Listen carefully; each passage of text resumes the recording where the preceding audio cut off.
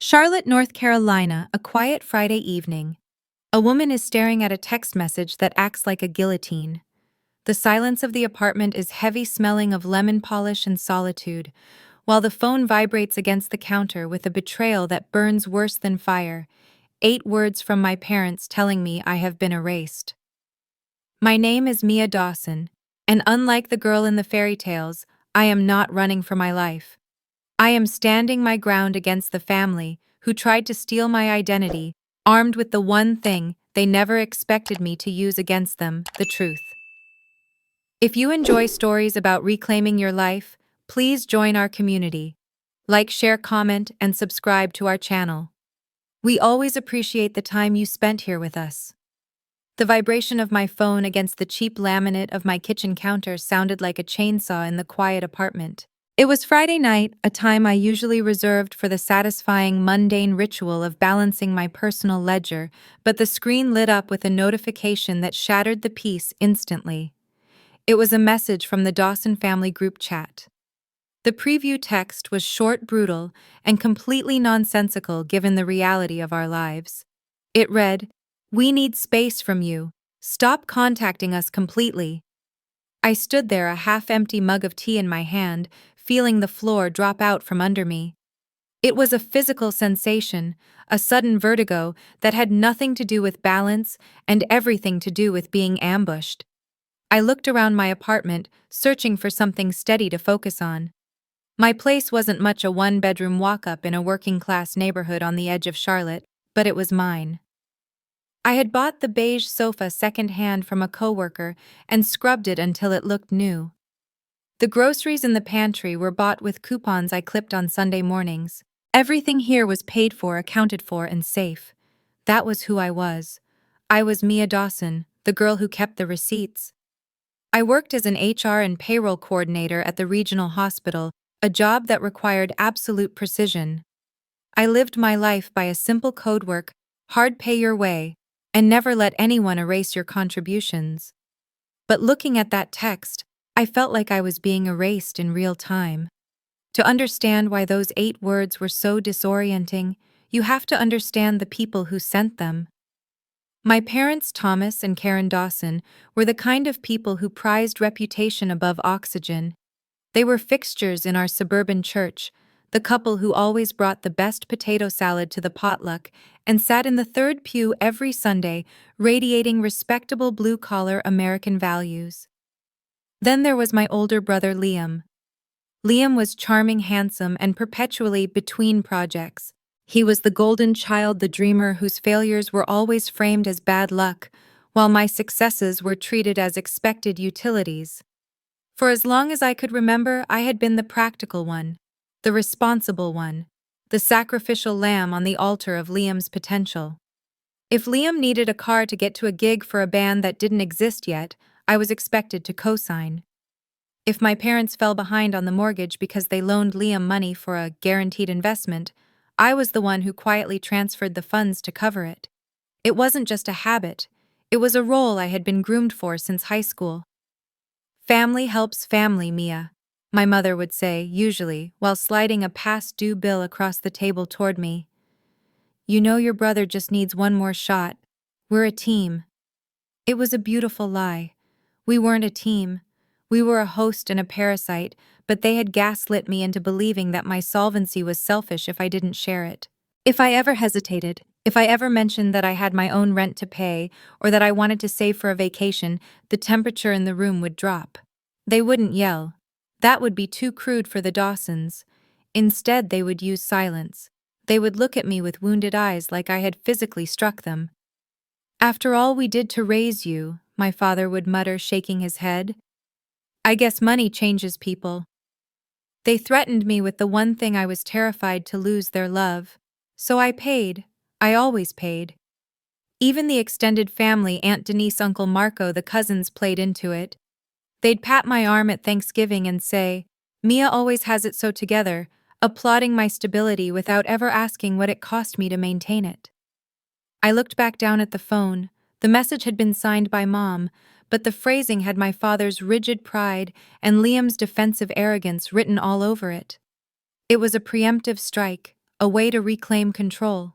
They were cutting me off, me. The irony was so thick it nearly choked me. I was the one keeping the lights on in their house. I was the safety net they swung into, blindly knowing I would catch them.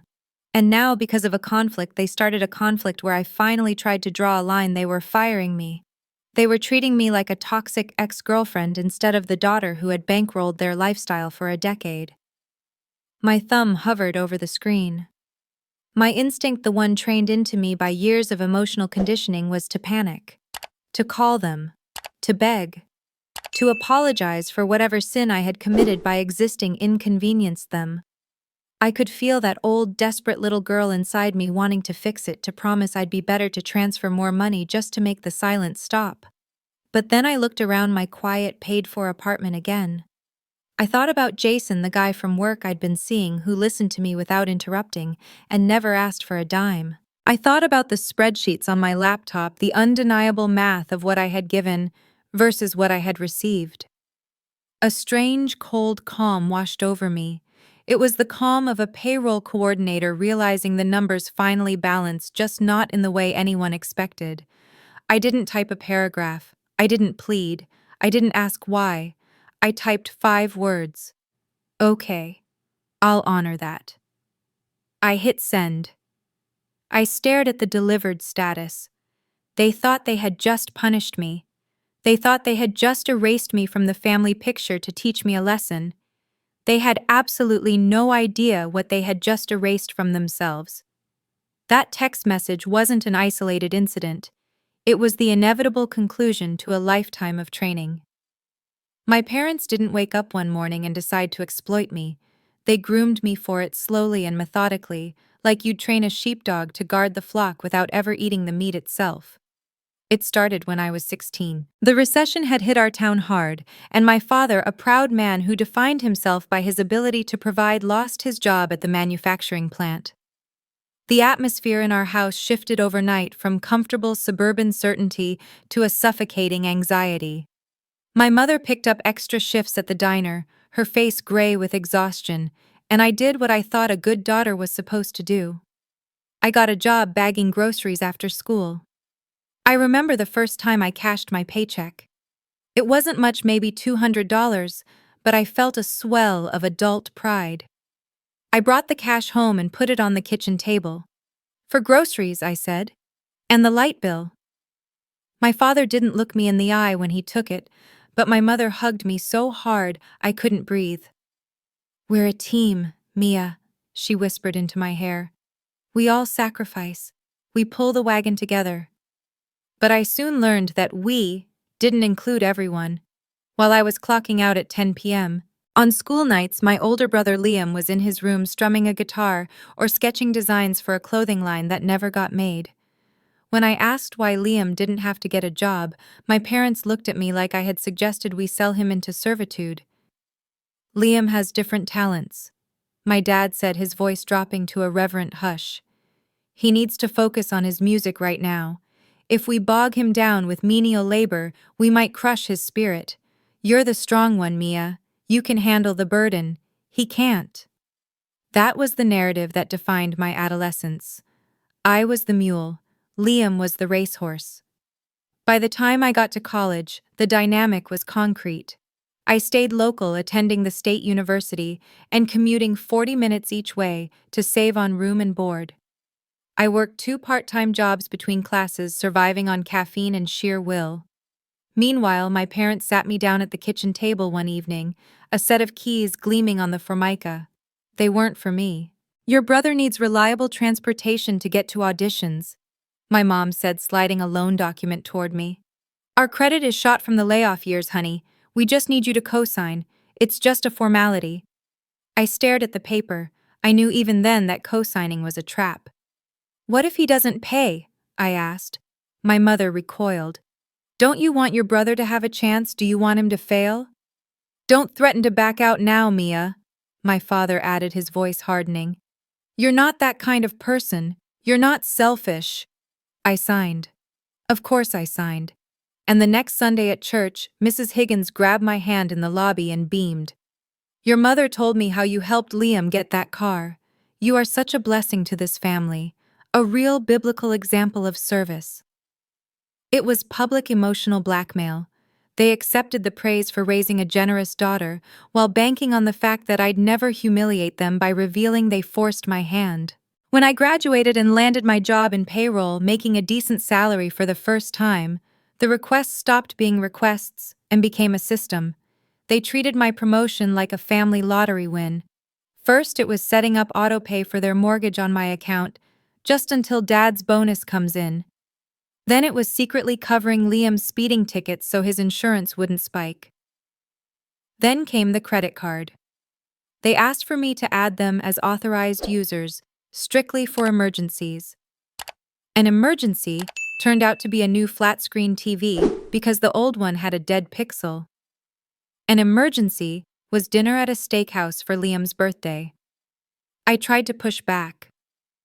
I remember sitting in the living room watching them plan a weekend trip to the coast and saying, I was thinking about looking at grad schools next year, or maybe moving into an apartment closer to the city. The room went silent. My father muted the TV. You'll have time for that selfish stuff later, he said, dismissing my entire future with a wave of his hand. Right now, your parents need you. We're finally getting back on our feet. If you leave now, the whole thing collapses. Is that what you want? To watch us drown? I felt a cold knot of panic in my chest. I realized then that they weren't leaning on me. They were building their entire lives on my back. I was terrified that if I stopped paying, I would lose the only version of love they knew how to give. I was a walking bank account, and the PIN code was guilt. There was one moment about a year ago where I almost broke free. They wanted $10,000 for a business investment for Liam, some crypto scheme. I opened my mouth to say the word no. I actually formed the shape of it with my lips, but my mother saw it coming.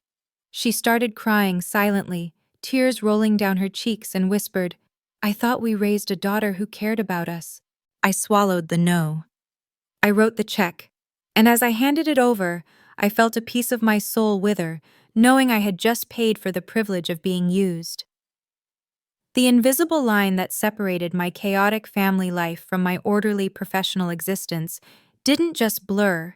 It was violently erased on a Tuesday afternoon 3 weeks before the text message that ended everything. I was at my desk at the hospital, deep in a payroll audit, the kind of meticulous work I loved, because the numbers always told the truth.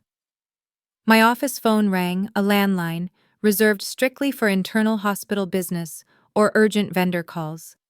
When I picked it up, expecting a department head or a benefits administrator, a stranger's voice greeted me with terrifying cheerfulness. Hi, Ms. Dawson, this is Greg from First National Mortgage.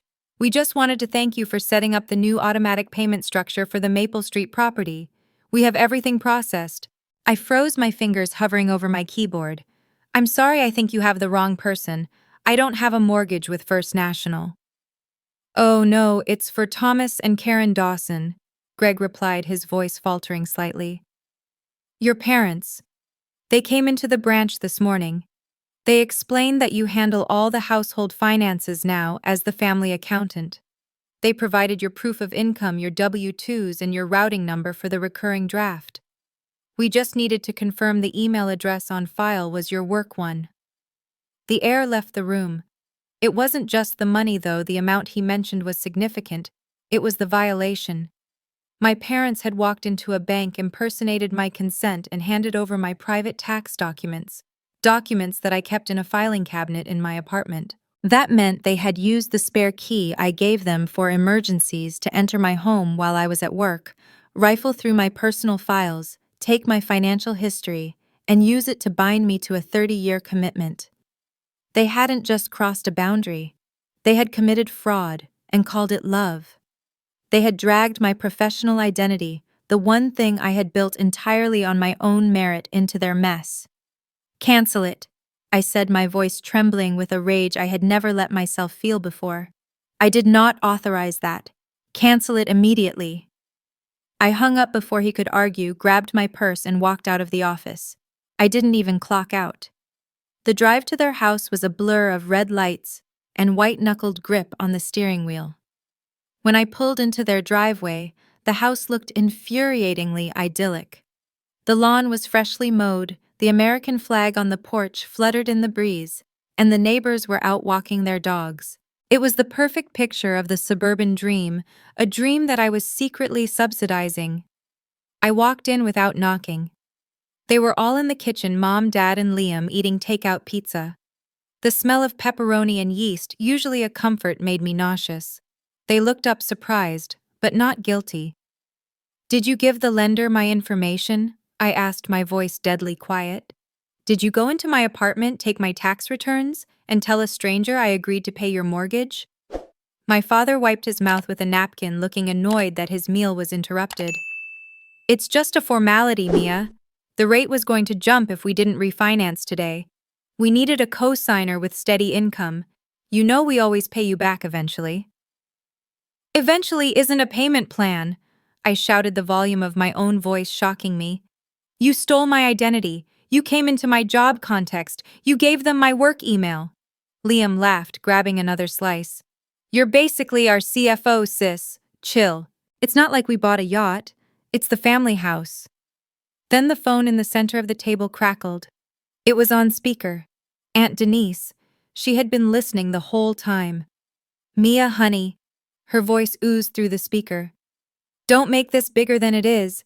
You know you're the strong one. Your parents are just trying to survive. Don't be dramatic." That was the word that did it. Dramatic. As if objecting to financial identity theft was a theatrical performance. I looked at them, my mother refusing to meet my eyes, my father glaring at me for raising my voice, my brother smirking, and my aunt judging me from afar. I saw them clearly for the first time. They weren't a family in crisis. They were a cartel. "I'm done," I said. The words felt heavy, like stones dropping from my mouth. "I'm calling the bank back to ensure that hold is permanently removed. I'm done signing for things. I'm done paying for things I didn't agree to. I feel used. I feel like an employee you can't fire." My father stood up then. The temperature in the room plunged. His eyes, usually warm when he wanted something, went completely cold. "We raised you to be better than this," he spat. "If you're going to throw this in our faces, if you're going to hold money over your own flesh and blood, maybe we do need some distance. We don't need your charity if it comes with this attitude." "It's not attitude," I said, my voice shaking. "It's boundaries." "Then take your boundaries and go," he said, turning his back to me. I walked out of the house, my legs feeling like jelly. I sat in my car for 10 minutes, unable to put the key in the ignition, shaking uncontrollably. I knew something had broken. I just didn't realize yet that they were already planning how to punish me for it. For 3 days after the confrontation in their kitchen, there was radio silence. It was a heavy, loaded silence, the kind that usually precedes a storm. I went to work. I came home. I stared at my phone, waiting for the apology that I knew logically would never come. But I still expected something, a guilt trip, a demand, a lecture. I didn't expect the digital door to be slammed in my face. I woke up on Saturday morning to the notification. It sat there on my lock screen, sterile and final. It was from the group chat, signed by my mother, but carrying the collective weight of the entire family unit. "We need space from you. Please stop contacting us completely." There was no explanation, no reference to the bank fraud, no acknowledgement of the years of support. Just a cold, formal eviction from their lives. I sat on the edge of my bed reading it over and over. It wasn't just a request for distance. It was an attempt to rewrite history. By cutting me off first, they were seizing the narrative. They were making me the aggressor, and themselves the victims who needed protection. They were trying to erase me from the Dawson story, editing out the part where I was the only thing keeping the roof over their heads. The true scope of their plan didn't hit me until that afternoon. My phone buzzed again, but this time it was a direct call from Uncle Marco. Marco was my dad's younger brother, a quiet man who usually stayed out of the drama, but when I answered, his voice was hushed, urgent. "Mia," he whispered. "I can't talk long. I'm at your parents' house." "Why are you whispering?" I asked, a knot forming in my stomach. "Because I'm helping them pack boxes," he said. "They're moving, Mia, today." They signed a lease on a rental over in Eastland. They're trying to get everything out before the weekend is over so they can start fresh on Monday. I felt the blood drain from my face. They're moving. They didn't tell me. That's the point, Marco said, his voice thick with discomfort. They told us. Look, they told the family that you've been threatening them. They said you've been holding money over their heads, making demands, and that you threatened to cut them off if they didn't obey you. They said they had to move to get away from your financial abuse. Everyone thinks you abandoned them, Mia. I stood in my living room, the phone pressed to my ear, unable to speak. They had taken my reality, the reality where they stole my identity and bled me dry and inverted it. They were using the community, the people I grew up with, the extended family I loved, as human shields. They were painting me as the villain in a soap opera I didn't even know I was starring in. Thanks for telling me, Marco, I managed to choke out. I know it's not true, he added softly. But they're loud, Mia. And you're quiet. That's how they win. I hung up and looked at my laptop. Marco was right. I had been quiet. I had been discreet.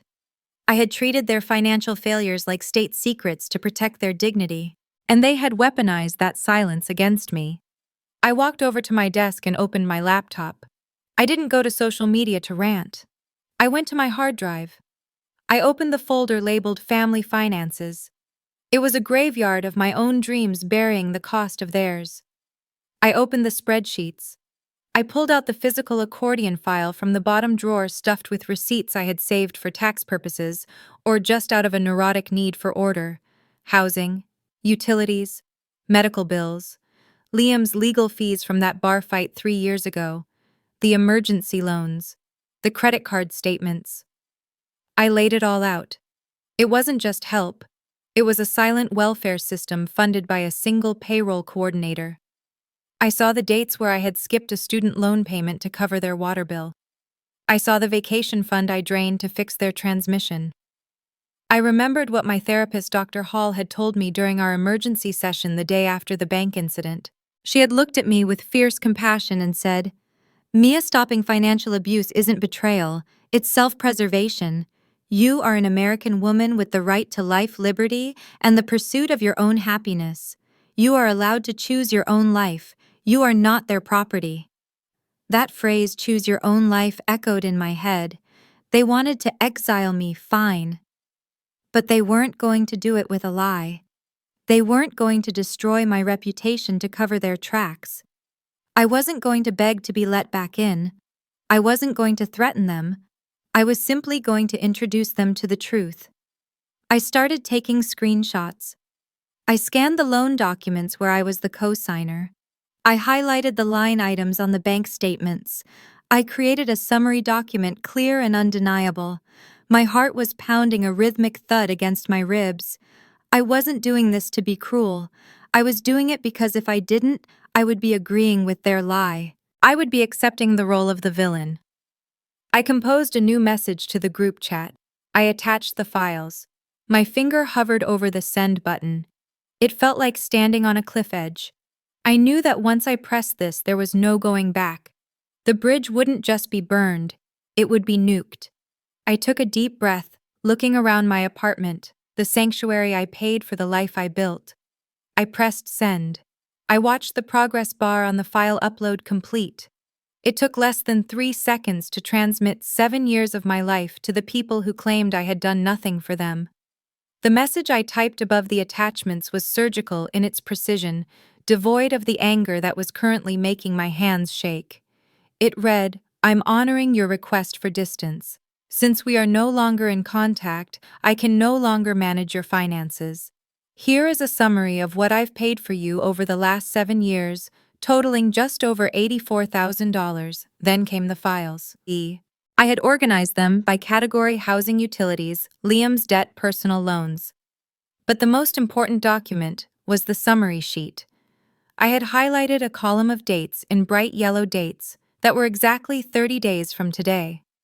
My follow-up text was the final nail in the coffin of my role as the family savior. All payments associated with my accounts will end on the dates highlighted in yellow. Please transfer these services into your own names immediately. I have already begun the process of canceling my direct deposits and removing myself as a co-signer where legally possible. The silence that followed was brief, maybe 2 minutes, but it felt like the air before a thunderclap. Then my phone exploded.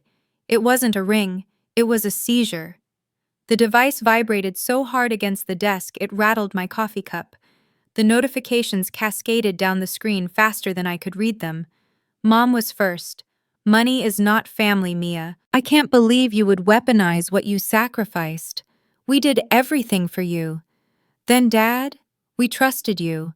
This is private family business and you're putting it in writing. You're trying to humiliate us. You think you're better than us because you have a corporate job. Then Liam, so you're just gonna let me get evicted. If something happens to me, if I end up on the street, that's on you. You're actually threatening my life right now. They were throwing everything at the wall, guilt, shame, fear, trying to see what would stick. In the past, any one of those messages would have sent me spiraling into an anxiety attack. I would have called crying, apologizing for being selfish. But seeing the numbers on the screen in front of me, the hard data of my exploitation acted like a shield. The math didn't lie. Their gaslighting couldn't penetrate the spreadsheet. I didn't engage with their emotional hooks. I didn't defend my character. I replied with a calm that terrified me slightly. I'm not responsible for your lifestyle choices. Your original message said to stop contacting you completely. I'm honoring your words. That was when the circle widened. My parents must have been screenshotting my texts and sending them to the extended family, immediately spinning their own commentary, because soon the Dawson family chat was filled with numbers I hadn't heard from in months. Aunt Denise chimed in with a paragraph of scolding emojis and shame. Mia family doesn't keep score. You have been blessed with so much and you're punishing your parents for struggling. This isn't how we raised you. Even a cousin I hadn't spoken to since Christmas added, you could have handled this privately. This is messy. They were attacking my values. They were painting me as un-American, as a traitor to the tribe, someone who had abandoned the core principles of community and loyalty. It stung. I won't lie and say it didn't. I loved these people. I wanted their approval. But I realized in that moment that their approval had a price tag, and I was the only one paying it. I had one card left to play. I didn't scream back. I didn't justify myself. Instead, I uploaded a second document. It was a PDF I had compiled with the help of Dr. Hall. It contained budget templates, links to community aid programs, the phone numbers for utility assistance, and a guide on how to consolidate debt. It was a resource kit for adults who needed to stand on their own 2 feet. I sent it with a simple caption: You are capable of managing your own lives. I trust you to do it. It was the ultimate reversal. Instead of treating them like helpless victims who needed me to save them, I treated them like competent adults. That apparently was the most offensive thing I could have done. The chat went silent for a long time. They didn't want solutions. They wanted a scapegoat. Late that night, long after I had put the phone on Do Not Disturb, a single text came through that bypassed the filter because it was marked as priority by the sender. It was from my mother. It didn't have the hysterical energy of her earlier texts. It was cold, final, and meant to kill whatever hope I had left. If you do this, if you walk away and leave us to drown, you're dead to me. I stared at the words in the dark. A year ago, that sentence would have destroyed me.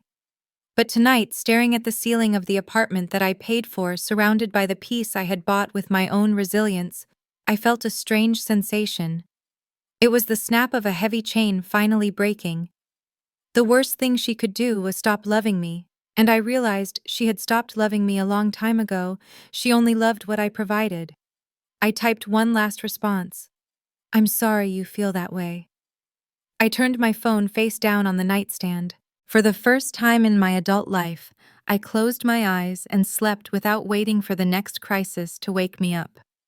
It took 6 weeks for the silence to break, and it didn't happen with a phone call. It happened at the annual 4th of July church picnic, a sprawling event at the community park that was as mandatory for the Dawsons as Sunday service. For years, I had been the one arriving early to set up the folding tables and staying late to haul the trash bags. This year, I debated skipping it entirely. The knot of anxiety in my stomach was so tight, I could barely drink my coffee. I knew they would be there.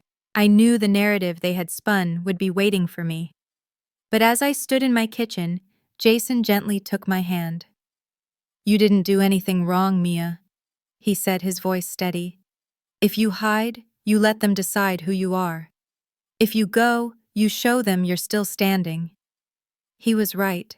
This was my community too. I wasn't going to let them exile me from the town I lived in just because I stopped paying their bills. Walking into the park felt like stepping onto a stage where everyone else had already read the script, but me. The humidity hung heavy in the air, thick with the smell of charcoal smoke and citronella. As Jason and I made our way toward the pavilion, the chatter seemed to dip in volume. I felt the sideways glances, the whispers behind hands, the eyes tracking my movement. It wasn't paranoia, it was the social climate my parents had engineered.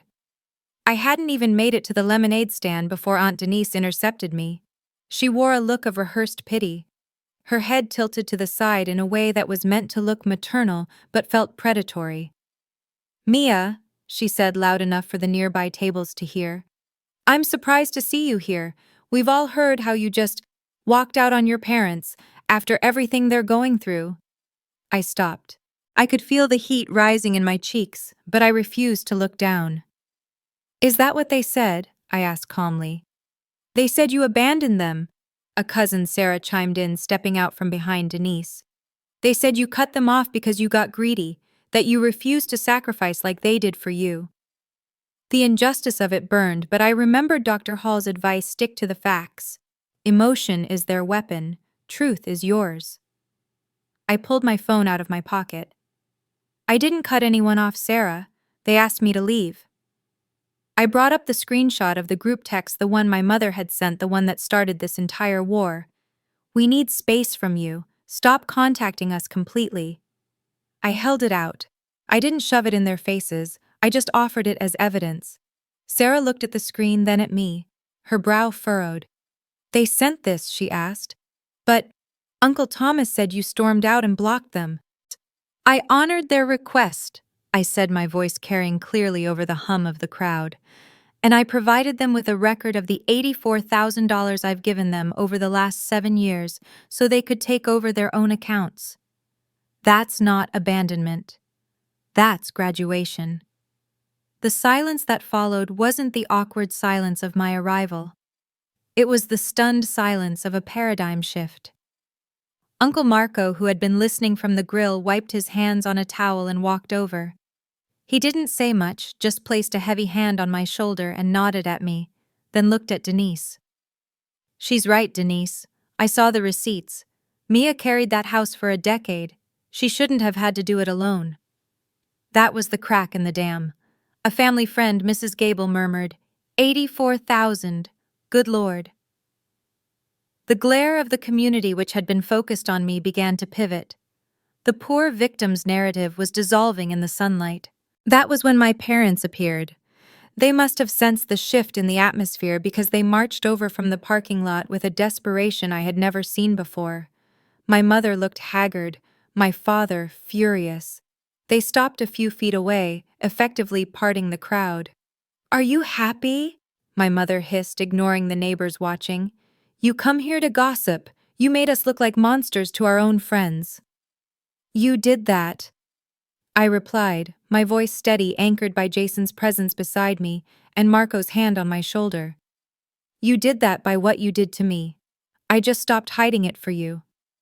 My father stepped forward, his chest puffed out, trying to use his physical presence to intimidate me like he did when I was 17. "We can fix this, Mia," he said, his tone shifting to a manipulative bargain. "We're willing to forgive this outburst. We can be a family again, but you need to turn the autopay back on and admit you were being dramatic. We can put this behind us." He was offering me conditional love in exchange for my financial submission. He was negotiating a hostage release in front of the potato salad. "No," I said.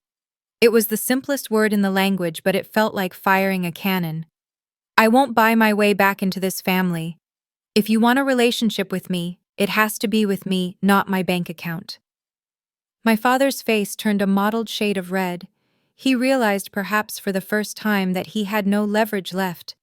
The threats, the guilt, the shame, none of it worked anymore. He looked around at the faces of his neighbors, seeing judgment instead of sympathy, and he blamed me for the mirror I was holding up. Fine, he spat, his voice shaking with rage. If that's how you want it. You're not my daughter anymore. The words hung in the humid air. A year ago they would have killed me. Today they just felt like a confirmation of what I already knew. I know, I said softly. I haven't been your daughter for a long time. I've just been your employee. And I quit. He turned and stormed away, my mother trailing behind him, shooting me one last look of venomous betrayal. I watched them go. I didn't chase them. I felt Jason squeeze my hand, and I took a deep breath of the smoky summer air. It tasted like freedom. It has been 11 months since the barbecue, and the silence from my parents has settled into a permanent landscape. At first, the quiet felt heavy, like the air before a thunderstorm that never breaks. I spent the first few weeks checking my phone every hour, waiting for the other shoe to drop, waiting for a lawsuit, a hospital visit, or some manufactured crisis designed to drag me back into the undertow. But the crisis never came. Or if it did, they found someone else to solve it. That was the hardest lesson to learn. I wasn't essential to their survival. I was just the path of least resistance. Once I closed that path, they simply found another way to route their chaos. I sat on my balcony this morning with a cup of coffee, looking out over a neighborhood I actually chose. It's not a palace, just a 2-bedroom apartment in a complex with a gym and a pool, but it feels like a fortress. I moved 3 months ago, closer to the city and further from the suburbs where I grew up. My phone buzzed, but it wasn't a threat. It was a notification from my banking app. My student loans are paid off, my credit card balance is 0. And for the first time in my life, I have an emergency fund that has 3 months of expenses sitting in it untouched. I used to think money was a source of panic, a ticking clock I was always racing against. Now I realize money is just freedom. It's the ability to say no without being afraid of the consequences. My life looks drastically different now. I finally applied for the senior HR certification program I had been postponing for 4 years because I couldn't afford the tuition. I got in and I paid the deposit with my own money. I didn't have to ask anyone for permission. I didn't have to worry that paying for my education would mean Liam's car insurance would lapse. Speaking of Liam, I heard through the grapevine that he finally had to get a job at a warehouse. Without my safety net, the golden child had to face the reality of copper and lead. It wasn't my business anymore, but there was a quiet, grim satisfaction in knowing that gravity eventually works on everyone. I won't lie and say I'm completely healed. There are days when the grief hits me sideways. I mourn the family I wanted. I mourn the parents who should have been proud of me for my resilience, not my utility. I spent a lot of time in Dr. Hall's office unpacking the realization that love without respect isn't love, it's just consumption. They consumed my resources, my time, and my emotional bandwidth until I was hollow, and then they blamed me for being empty. But if they had to erase me to feel whole, that means they never really saw me in the first place. I've built a new kind of family. Uncle Marco comes over for dinner every other Sunday. He doesn't ask for anything. He just brings lasagna and tells me stories about my grandfather. And then there's Jason. We're official now, living together. It's a strange, beautiful adjustment to be with someone who encourages my boundaries. When I told him I was applying for the certification, he didn't ask how much it cost. He asked how he could help me study. He listens without fixing, and he loves without taking. I've also found a small online community of people who have survived financial abuse. We don't trade sob stories, we trade strategies. We remind each other that we aren't traitors for saving ourselves. This whole journey has made me rethink what it means to be resilient. Growing up, I was taught that resilience meant endurance. How much pain could you take without complaining? How much weight could you carry for the team? But that's a lie. Real resilience, the kind that actually builds a life, is about autonomy. It's about the American ideal of personal freedom, the right to define your own destiny, untethered by the chains of someone else's expectations. Resilience isn't staying in the fire. Resilience is having the courage to walk out of the burning building and never look back. Last week, an email landed in my spam folder. It was from my mother.